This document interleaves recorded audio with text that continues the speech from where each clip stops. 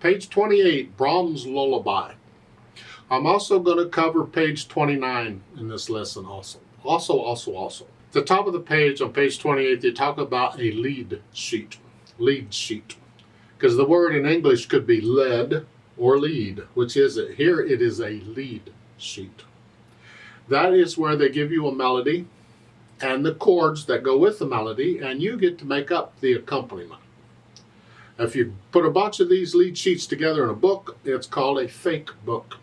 Now, lots of people love fake books. I have a few, don't use them much anymore, but they can be a lot of fun. Now, there are many resources on the internet, many YouTube channels and websites that can teach you how to improvise. I don't teach much improvisation in these videos, but there's plenty of places where you can go, but I'll cover a little bit. We have a process for learning a piece of music. Well, when we go to improvise, we have a process for that too, or we could have if we wanted one. And that's sort of what I want to talk about here. How do we approach it? How do we go about learning to improvise to this? What's going on?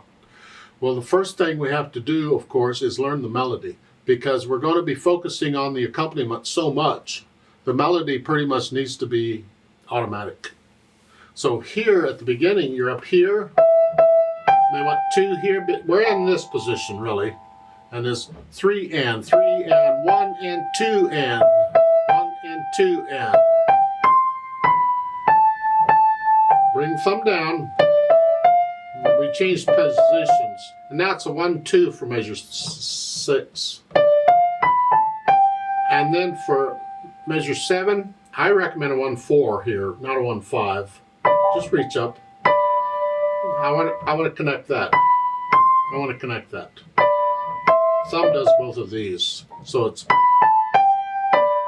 Now if you don't like that feel, then do a 5-3-2 rather than a 5-4. Now you can do that. I'll leave that up to you, but that's what I'm recommending. If you can, it would be better if you would do a 2-5 here rather than a 1-5. Because you have 2 C's coming up, and this way your thumb's ready for them. Now, measure 10. They want a 2 and then a 3. I don't want to do that. That's yucky. I want to be able to finger this melody in a way that I can connect all the notes if I can. So I just adjust the fingering a little bit. And measure 10 rather than 2, I'm going to use 4. So it's scratch up a little bit and use 4. Now I can use a 2 on here. So it's a 4 and then a 2. I went from here to here, right there. And again, same thing on measure 14, 4. So I can connect it. And a 2, and then a 4 again. I connect all that melody together. Now once I know what the melody is and I'm okay with it, I'm sort of comfortable with it, then I go through and I figure out the chords. What harmony am I going to be using? Well, they give us the chords above the staff. And I just do block chords at first. Here, just some down here, it doesn't matter where, I can hear it. So it's a C chord at the beginning. There's nothing for the pickup beat. We don't play anything, and then I play here, a C chord. And I'm going to do this on each measure. I'm going to play this chord. And then for measure 4, it's a 5-7 or a G7 chord. See, in lead sheets and fake books, they don't use the chord numbers. They use the chord names. So you need to know that's a G7 chord. And you stick with the same chord until they give you something else. See, in the measure 7, they get this G7 in parentheses. They're just telling you, you're still G7 here. Usually they wouldn't do that. You have to remember what chord you're on. And then back to the C chord for measure 8. And then measure 9 is an F chord, just come up. I mean, I could have done here, because I'm staying in this position. I could have done that too. That's C chord, G7, C chord.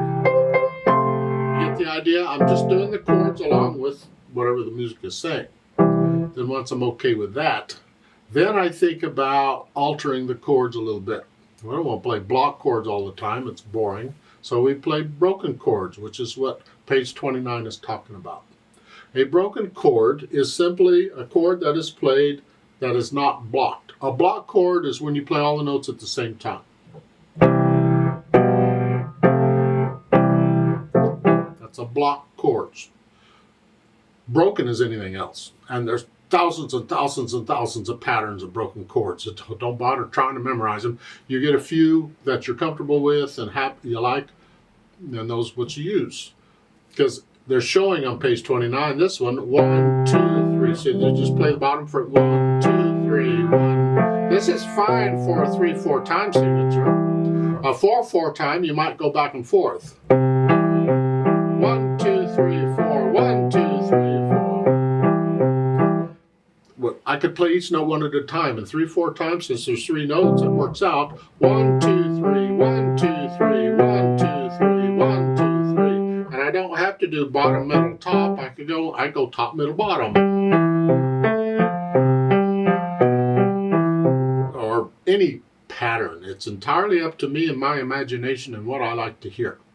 Try different things out. On this Brahms Lullaby, try this pattern that you see on page 29.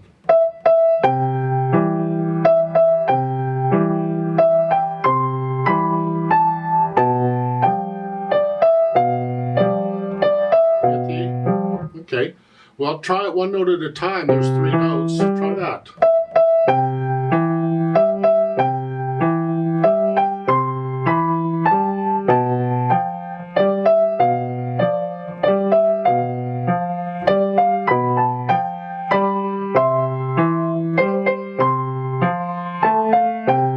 Get the idea?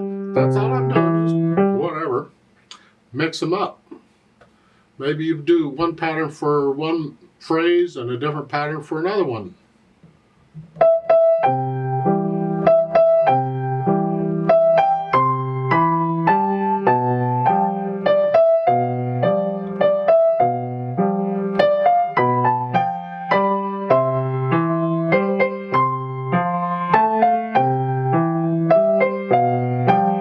You just mix it up. There's no right and wrong here. It's entirely up to you and what you like to hear. Now they're showing pedal on here, so if you wanted to pedal it, you could.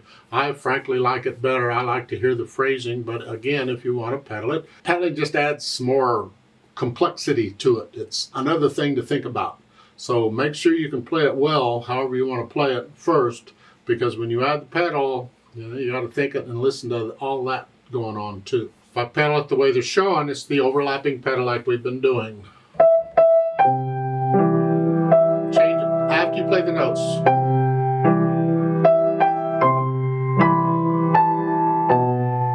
And you think, why am I changing the pedal here? Because the chord isn't changing. I said, you change pedal when you change chords. That first line is all C chord. Why am I changing it? Because we like to keep the melody kind of clean. And changing in each measure helps to do that. And that's what it is. So measure 4, your G7 here. It just keeps the melody clean.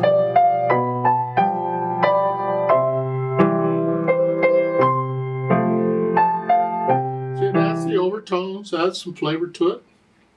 If I want to hear the phrasing, I'm going to lift the pedal up with the hands at the phrases so we get just a little bit of silence, like taking a breath. See, I lift the pedal up, I keep that down, it's a half note. I got silence in the right hand, the melody, that's what I mean. Again.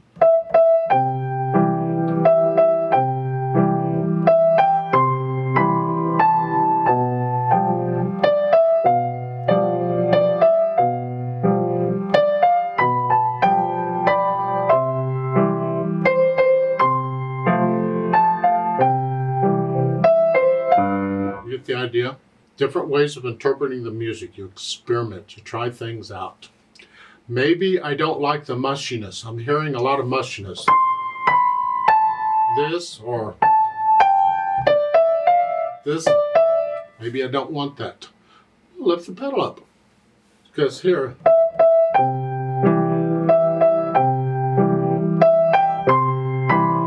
So I just lift the pedal up on the third beat there in measure 3. And for measure 4 and 5 in those, I just don't pedal the third beat. I don't need the pedal there, and that way the eighth notes are clean. And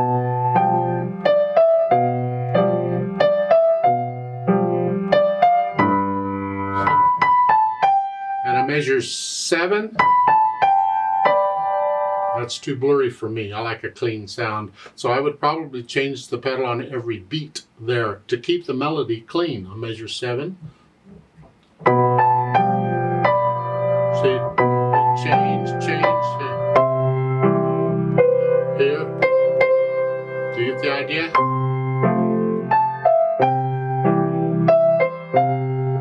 You experiment with the pedal and the effect it has. Listen very carefully. Try and get into the habit of listening very carefully to the effect. Be a picky peddler is what I'm trying to say. Let me know if you have any questions. I don't do play with me's on these things because the melody is the only thing that's written there, and I'm assuming you can play that okay. As far as the accompaniment, that's entirely up to you what you do.